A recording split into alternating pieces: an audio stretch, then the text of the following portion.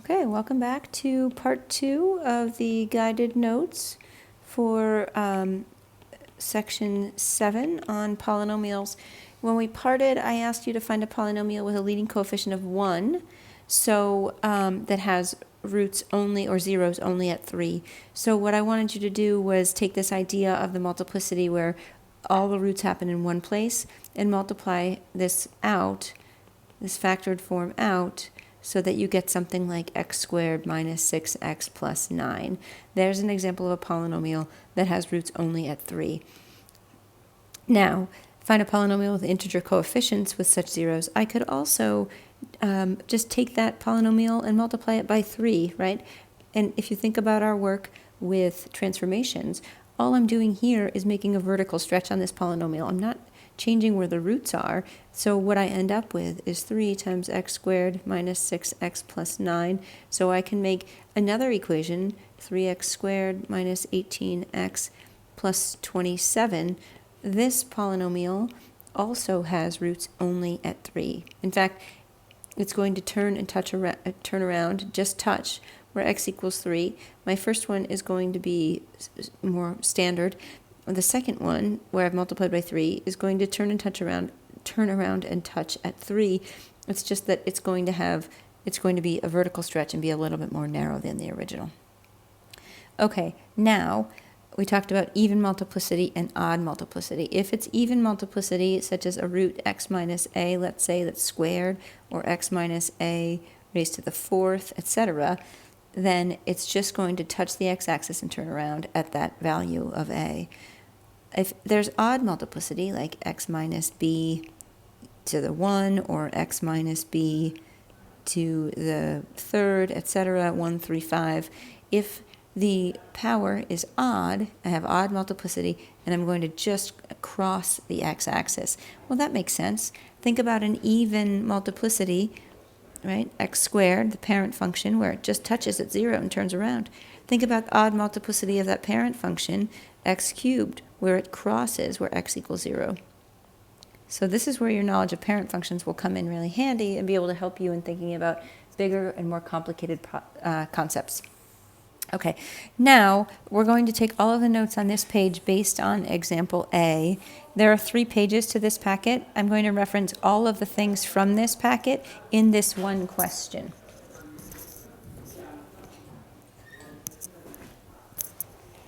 So I'm going to talk about a couple of things. One thing is called the leading coefficient.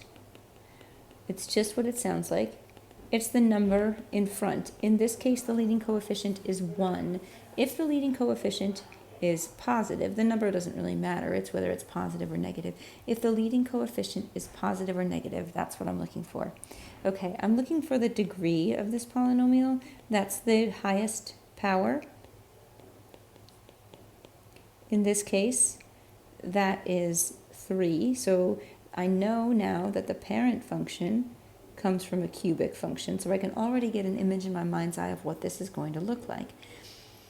And then I'm looking at, as a result of these two things put together, I know what the end behavior of this function will do. I know what the tails will do. If I have a leading coefficient that's positive and a parent function of cubed, I know a cubic function generally follows this pattern, right? So I know that the end behavior is going to start low and finish high. What it does in the middle, I'm not really sure of yet. It doesn't really matter. We'll figure that out in the next few steps. All I want to know right now is the end behavior, and that's based on the leading coefficient being positive and the degree being odd. Now, question for you: what happens if the leading coefficient is negative with this particular? So if the leading coefficient is negative, think about what happens if there's a negative sign out in front. I hope you're saying to yourself, oh, the function flips over and the end behavior changes. So it starts high and ends low. This kind of behavior is true for any and all odd functions. They are in a family, functions with an odd degree. So all odd degree functions exhibit this kind of opposite end behavior, right? Have opposite end behavior.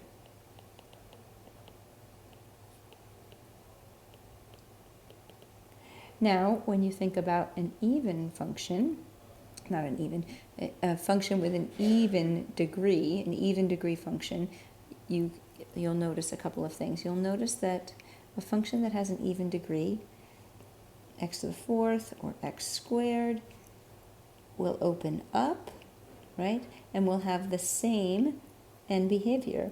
Whatever it does in the middle depends on the specifics of the function, but its end behavior, if it's an even degree, will be that it starts up. Or sorry, that both it starts and ends high. If it's a negative, let's say x to the fourth, it's going to start low and end low. It's going to be that even degree function flipped upside down. Now again, what it does in the middle, x squared or x fourth, if it makes a couple of turns, then that's determined by the rest of the equation, but we're just looking at the leading coefficient here to tell us about the end behavior. So the leading coefficient tells us about the end behavior. Okay, leads to the end behavior. Now, let's look at this example. I'd like you to find all the real zeros for polynomial A, give the multiplicity of each, and state whether the graph crosses or touches. Okay. Then we'll use this new thing called the leading coefficient test, which is what we just did here with whether the leading coefficient is positive or negative. So, first thing we do is we are going to list all the possible rational roots. Roots or zeros or solutions, right? I'm going to put in parentheses all the possible rational zeros because it's called, as you'll see on the next page, the rational zero theorem. If you want to read more about that and you're a theory geek, go ahead. What I'm looking at here is that I'm going to look at the factors of the constant over the factors of the leading coefficient.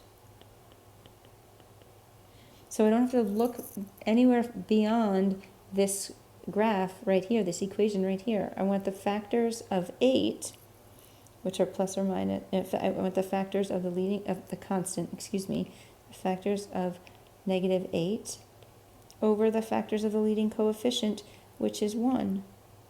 So if I list those factors, that's the factors of 8 are plus or minus 1, plus or minus 2, plus or minus 4, and plus or minus 8.